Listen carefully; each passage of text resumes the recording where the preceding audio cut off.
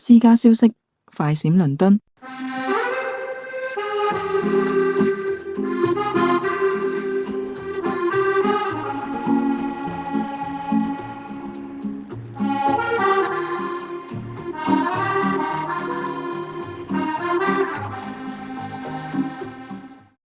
Harrods 位於倫敦一區，係英國出名嘅百貨公司，世界各大名牌嘅貨品都有機會響呢度揾到，真係應有盡有。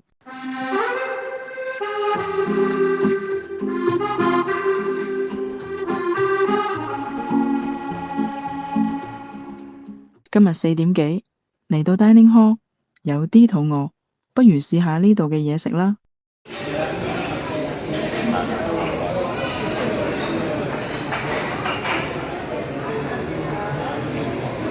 望落壽司好似好吸引，於是坐低叫咗2份卷物同埋 lemonade， 炙燒三文魚、牛油果卷、油甘魚蔥花卷。由於落單之後廚師即席製作，所以壽司飯嘅軟硬度同紫菜個脆口都處理得好好，食落有陣陣魚香，加埋少少 wasabi， 真係好好食。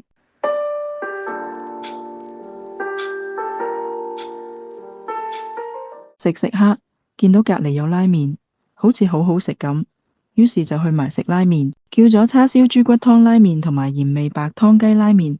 叉燒幾好食，湯底就正正常常，唔會太鹹去攻擊個味蕾，好似要條脷同啲湯打仗咁。響英國食到咁嘅味道已經好好。至於拉麵呢，就有少少驚喜。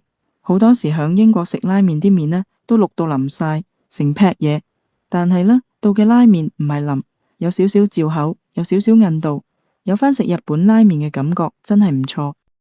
值得一提嘅係，職員相當有禮貌，埋咗食壽司張單，然後繼續坐響壽司吧。等一陣，職員就非常有禮貌咁帶我哋到拉麵區，服務質素高，認真要俾個 like 佢哋。2條壽司卷加1杯 lemonade， 好似40幾磅；2碗拉麵好似約50磅。食物價錢平貴就見仁見智，不過計埋環境服務，就當生活體驗嘆返陣都唔錯啊！各位有冇好嘅餐廳介紹？不妨寫響留言區分享一下。